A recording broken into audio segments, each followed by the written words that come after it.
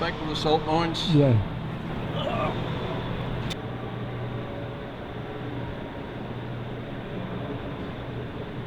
These are parts out of the wingtips, are they? These are out of the wingtips, yeah. Yeah, we've got to strip them all off and make sure there's no corrosion in there. On that piece there, these ribs have got to come off because they've got double holes in them. See the two rivets close together there, they can't have that, so they've got to be got rid of and new ones made. And they're the same right up, see the two holes there, two holes there.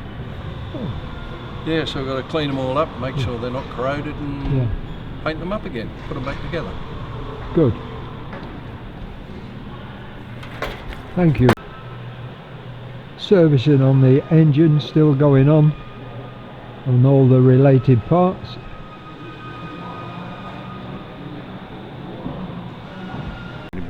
Yeah, just making new ones now. Will you make them here? Yeah, for the little things like this, yeah. We're scrapping the ones that are right, you know, with the edge distance is too near the edge, because then they'll just break out, and you know, they're not to standard really. No, they've been done for speed obviously years ago, but they're not. They're not to standard. But then we've got things like that where we've got double holes in, so we'll just make new ones of them. And that's where you've started making, is it, on that piece? Yeah, we're just going through all these, you know, all the intercostals and ribs and everything now, and whatever's, like say, savable, we'll save it. If it's not savable, we'll make new. Paint stripping down there. Yeah, those two are okay, are they? Them two are okay, yeah. That's just off your... that's just off my side, yeah. I don't know. I think my side seems to be a little bit better than Keith's. Yeah. I think he's... So this is off the port side, is it, Kev? One of yours? Yeah. And managed to save a couple off this side. A couple of the intercostals are alright. Yeah. Intercostals, is that what they call these? Yeah, they're these. They tell me you're waiting for rivets, John. Yeah. Basically, they're on back order. Yeah. Slightly longer than, because you've got the thickness of metal, you see. Yeah. So where your pot rivets have got to be a certain length.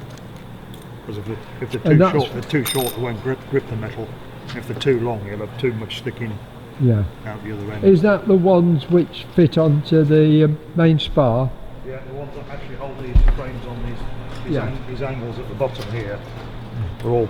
That's the only ones. That's what you're waiting for, is it? Yeah, all along there, every single one, except the end one. The end one's done. Until you get that done, you can't really fit the shroud. I can't put the shroud on because I need access this side. The shroud will go up to there, you see. Yeah. And it bends that way, so it'll restrict my access to the bottom of the rib. Oh, right, thank you. So you put the angle on both sides and the ribs, and then riveted. The rib sits through, and then it's riveted through those holes, Yeah. Tom. Yeah, when we had them ribs, they were so tight trying to get them out, and obviously with all the corrosion and everything, they just ripped. You know, when we took them out, they just fell apart. Is all the bulkhead all ready for painting then, or is it? Well, that's been changed. Again, that's the same thickness as that. I see. We use as the template. Yeah. And I have got the drawing on it. Yeah. And these are called. You see, these are pretty thick, and they'll go there, like you see. Yeah. And that one goes there. And this is where the feed of the ammunition comes through, is it? Yeah. And that's probably been changed because it was a different kind of ammunition. So this goes on, and it's. And that's for the cabin heating, and some of this is for the support struts, those ones at the end there, for the back of the gun, you know. It's quite complicated. The support struts come through this gap here, and I think they come through that as well. Can't remember. Are they round tubes? Yeah, there's one. Look. There, look. They've got to be quite heavy stuff, aren't they? Yeah, steel. They've got to be sent away to be internally x-rayed and checked and things. No. There's some more there, look, as well. They're aluminium ones there, I think. Yeah.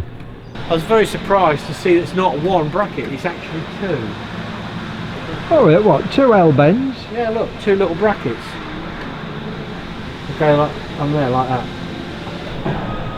They're not overlapping either, then. No, what I think could be is a mod.